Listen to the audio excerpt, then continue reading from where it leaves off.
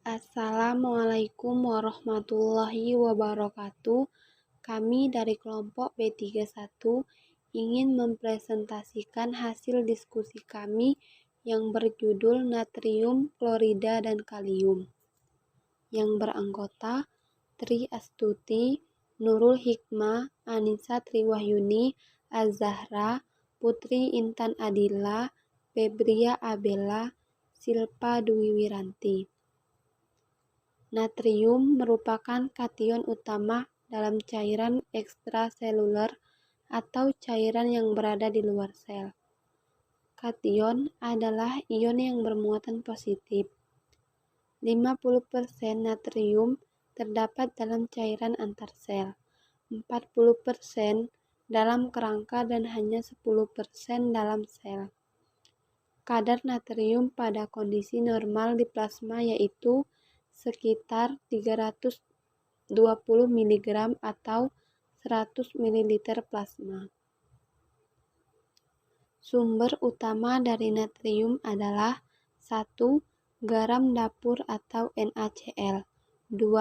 Daging sapi, 3. Ikan dan sarden, 4. Keju, 5. Mentega, 6. MSG, 7. Makanan yang diawetkan. Absorpsi, transportasi, dan ekskresi natrium. 1. 95-100% natrium diserap di usus halus. 2. 0-5% natrium diekskresikan melalui feses. 3. Kadar natrium dalam tubuh diatur oleh ginjal. 4. Kelebihan natrium akan dikeluarkan melalui urin dan keringat. Metabolisme natrium. Natrium diabsorpsi di usus halus secara aktif atau membutuhkan energi, lalu dibawa oleh aliran darah ke ginjal untuk disaring kemudian dikembalikan ke aliran darah dalam jumlah cukup untuk mempertahankan taraf natrium dalam darah, dan kemudian diekstraksikan melalui urin dan keringat. Selanjutnya fungsi natrium. Fungsi natrium di dalam tubuh. Yang pertama, keseimbangan asam basa. Yang kedua, fungsi saraf dan kontraksi otot. Yang ketiga, mengatur tekanan osmosis. Yang keempat, menjaga keseimbangan cairan ekstraseluler. Yang kelima, absorpsi glukosa. Dan yang keenam, alat angkut zat gizi melalui membran, terutama melalui dinding usus sebagai pompa natrium. Selanjutnya, fungsi natrium sebagai bahan makanan yaitu membantu mengawetkan dan meningkatkan cita rasa makanan. Kelebihan dan kekurangan natrium. Kelebihannya sendiri yaitu hipernatremia, tekanan darah tinggi, dan munculnya oedem di kaki maupun di wajah. Sedangkan kekurangannya hipanotremia, hambatan pertumbuhan, hilangnya nafsu makan, berat badan menurun, kram otot, dan diare dan sakit kepala.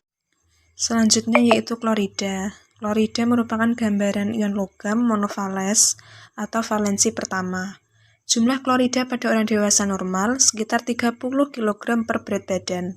88% klorida berada dalam cairan ekstraseluler dan 12% klorida dalam cairan intraseluler. Jumlah klorida dalam tubuh ditentukan oleh keseimbangan antara klorida yang masuk dan yang keluar. Dan orang dewasa dalam keadaan normal rata-rata mengonsumsi 50-200 ml klorida per hari. Sumber klorida yaitu garam dapur atau NaCl, sayuran seperti tomat, selada, dan seledri, rumput laut, dan juga telur. Absorpsi, transportasi, dan ekskresi klorida. Klorida diabsorpsi di usus halus. Klorida diangkut ke dalam darah dan limfa akibat kerja jantung dan otot rangka, dan ekskresi utama pada klorida adalah melalui ginjal, melalui urin, dan juga keringat. Metabolisme klorida atau Cl. Dalam diet Cl hampir seluruhnya terdapat sebagai NaCl. Maka intake Cl adalah cukup selama diet Na memadai atau EDA kuat. Umumnya intake dan ekskresi kedua-duanya tidak dapat dipisahkan. Pada diet garam yang rendah, Na dan Cl keduanya rendah dalam urin. Gangguan metabolisme Na disertai juga oleh gangguan metabolisme Cl. Bila ekskresi Na banyak seperti pada diare, banyak keringat, dan pada gangguan endorin juga terjadi kekurangan Cl. Pada kehilangan getah lambung seperti pada muntah-muntah, obstruksi pylorus atau duodenum lebih banyak terjadi kekurangan Cl dibanding dengan Na, menyebabkan Cl plasma darah rendah dengan kompensasi naiknya bikarbonat dan menyebabkan hipokloresis alkalis. Fungsi klorida. Fungsi klorida di dalam tubuh: 1. Menjaga pH atau tingkat keasaman darah. 2. Jumlah cairan tubuh. 3. Aktivitas saluran pencernaan. Fungsi klorida sebagai bahan makanan. 1. Sebagai bumbu dan pengawet makanan. Kelebihan dan kekurangan klorida. Kelebihan klorida: yang pertama, gagal ginjal akut. Yang kedua, gangguan pH darah. Kekurangan klorida: yang pertama, diare atau muntah berkepanjangan. Yang kedua, penyakit paru kronis. Yang ketiga, gagal jantung. Yang keempat, gangguan pH darah. Kalium. Kalium merupakan kation penting dalam cairan intraseluler.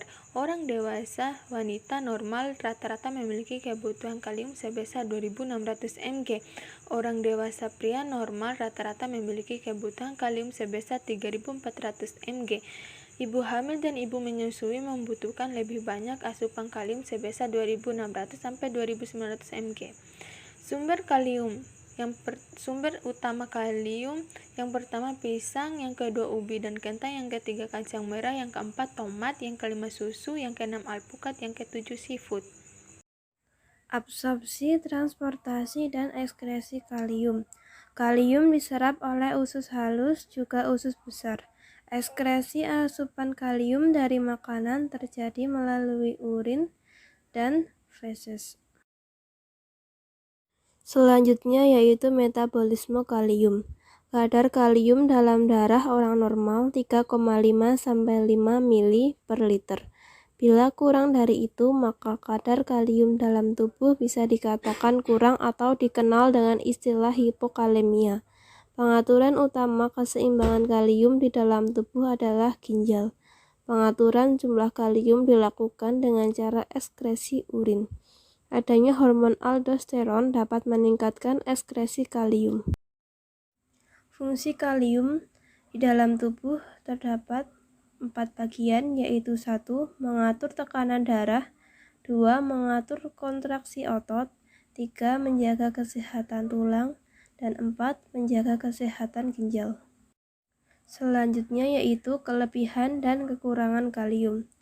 Kelebihan dari kalium yaitu hiperkalemia atau melambatnya detak jantung. Lalu kekurangan dari kalium yaitu 1. Palpitasi, 2. Kesemutan atau mati rasa, 3. Konstipasi, 4. Kram, dan 5. Susah untuk bernafas. Sekian presentasi dari kelompok kami. Mohon maaf bila banyak salah kata. Wassalamualaikum warahmatullahi wabarakatuh.